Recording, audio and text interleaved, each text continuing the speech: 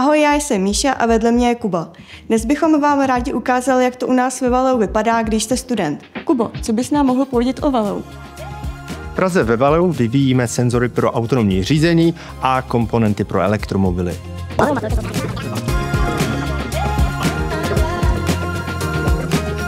Zkrátka jednoduše, co dodat? Auto nás baví. No a jak jsem říkal, sice nejsme žádná garážovka, ale v garážích a laboratořích toho děláme fakt hodně. No tak se pojďte přesvědčit. Tady jeden ze studentských týmů právě vyvíjí platformu UFO, která se používá pro testování pokročilých asistenčních systémů řidiče.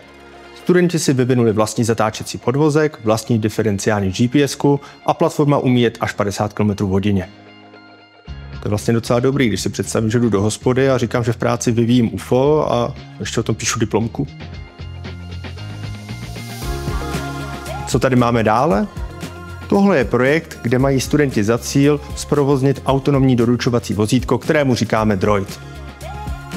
Studenti na něj aplikují lidar, ultrazvukové senzory nebo naše kamery a zároveň implementují naše vlastní Valeo Mobility kity.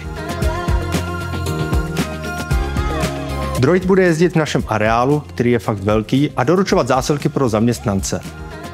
Droid by se měl umět pohybovat nejen venku, ale i vevnitř v budově.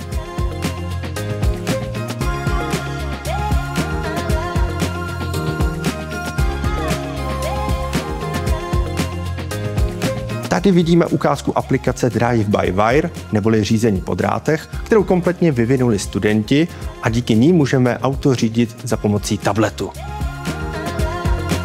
Ráda bych vám řekla o možné cestě u nás ve Valeu. Začít můžete na pozici trainee a po úspěšných studiích přejít na hlavní pracovní úvazek.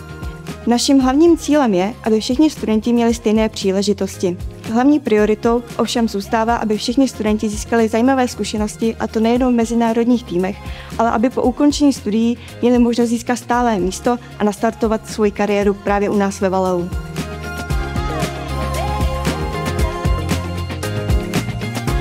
A po úspěšném zakončení zkoušek nás studenti opět mohou potěšit svojí přítomností, a to nejen v kanceláři, ale tam, kde je srdce bude táhnout. Pokud zrovna nechtějí zvedat těžké váhy v posilovně s naší multisportkou, mohou se jí provětrat na naše hřiště. A stejně po práci nejlepší všechno hodit za hlavu.